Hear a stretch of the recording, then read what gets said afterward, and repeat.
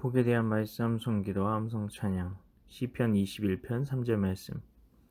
주의 아름다운 복으로 그를 영접하시고 순금관을 그의 머리에 씌우셨나이다. 주의 아름다운 복으로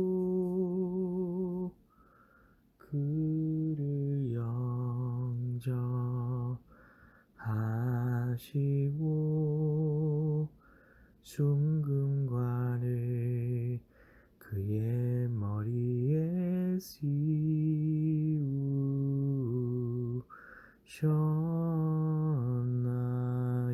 씌우셨나이다. 주의 아름다운 복으로 그를 영접하시고 순금관을 그의 머리에 씌우셨나이다. 주의 아름다운 복으로 그를 영접하시고 순금관을 그의 머리에 씌우셨나이다.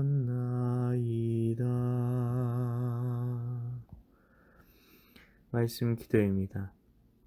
하나님 아버지, 우리는 예수님을 영접해야 구원받는다고 생각합니다. 그래서 우리가 예수님을 영접하는 것만 생각합니다. 그런데 여기에서는 주님께서 그를 영접해 주신다고 합니다. 이게 무슨 뜻인가요? 그리고 우리는 면류관을 쓰는 것에 대해서는 이야기를 들어봤는데, 그런데 금관을 이야기하시다니 천국에서도 금관, 음관 이렇게 나눠져 무언가 더 존귀하게 해주는 관이 있다는 말 같습니다. 천국이 그렇게 계급이 있는 곳일까요? 우리는 예수님을 영접해야 구원을 받는다고 압니다. 그런데 주님께서 어떤 사람을 영접하신다고 합니다. 여기서 어떤 사람은 왕을 말합니다. 그러면 나랑은 상관없겠네 싶습니다. 그렇지 않습니다. 예수님의 선임 제자였던 베드로는 베드로 전서라는 편지에서 우리를 왕같은 제사장이라고 불렀습니다. 우리를 왕같은 제사장이라고 부르고 있다는 겁니다. 어떻게 이런 말을 할 수 있었을까요? 당시에는 진짜 왕이 있었고 많은 사람들이 천한 신분으로 이 세상을 살아가고 있었습니다. 그런데 왕 같다니요. 이 말 자체가 굉장히 충격적인 말이었을 것입니다. 우리도 정말 이 말씀을 믿을 수 있나요?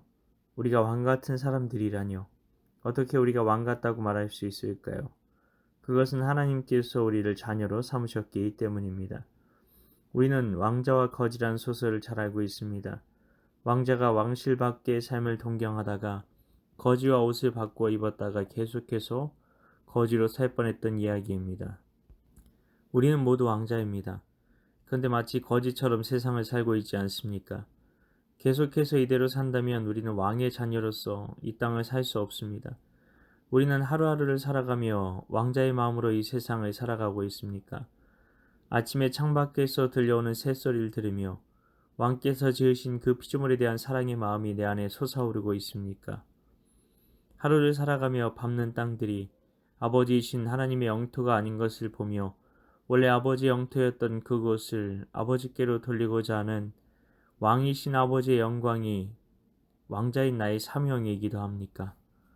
왕자라고만 말하니 성별을 차별하는 게 아닌가 싶을 것입니다. 그러나 천국의 관점에서 보면 남녀 그런 것이 없습니다. 부활 때는 시집도 장가도 안 간다고 말씀하셨습니다. 그 나라의 관점에서는 아예 성차별 같은 것은 존재하지 않습니다. 시집, 장가 이런 것이 없기 때문입니다. 그러면 남자로서의 어떤 모습, 여자로서의 어떤 모습은 다 사라진다는 말인가 싶기도 합니다. 그건 그렇지는 않을 것입니다.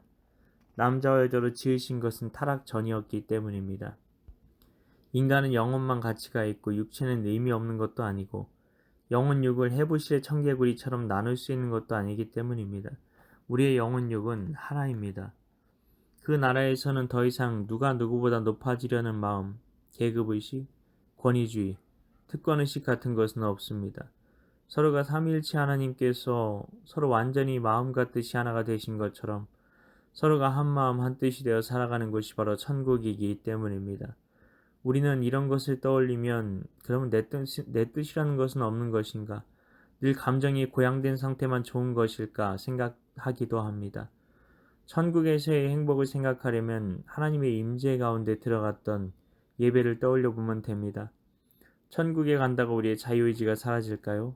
아닐 겁니다. 그럼 애초에 의지의 자유 자체를 허락하지 않으셨을 것입니다.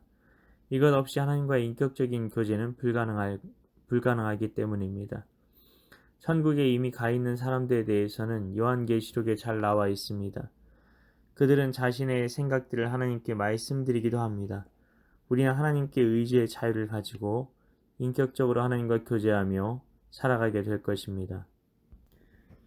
그러니 천국에서 어떤 사람은 특별한 관을 씌워주어서 높은 계급으로 만들어주고 어떤 사람들은 천국에 갔다 왔다던 사람들의 말처럼 개털모자를 씌워주어서 10년도 아니고 20년도 아니고 영원을 창피함 속에서 살게 만드셨다는 것일까요?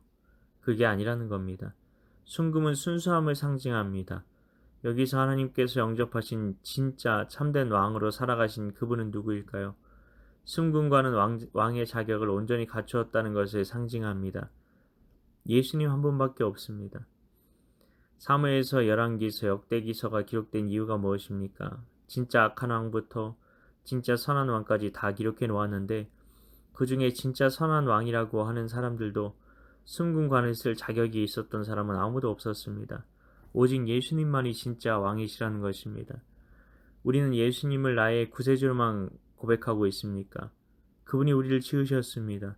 그분이 창조주이십니다. 그분에 의해 지어진 모든 것은 그분이 주인이라는 뜻이죠. 하나님만이 모든 것의 주인이자 왕이십니다.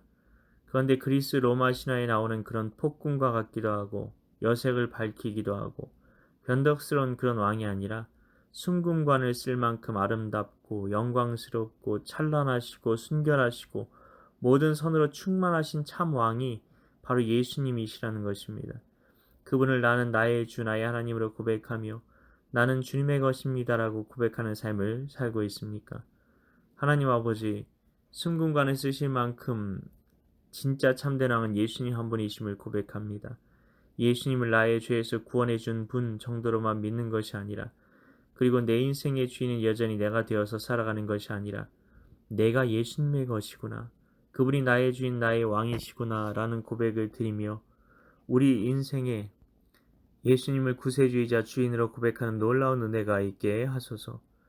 주님을 사랑한다는 것이 진짜 어떤 것인지 날마다 모든 순간 가슴 절절히 경험되게 하시고 이 땅에서 아버지의 나라의 영광을 위해 살아가는 왕의 자녀인 우리 모두가 되게 하옵소서.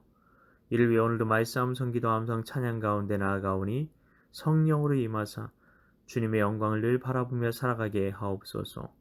믿고 감사드리오며 예수님 이름으로 기도하옵나이다. 아멘.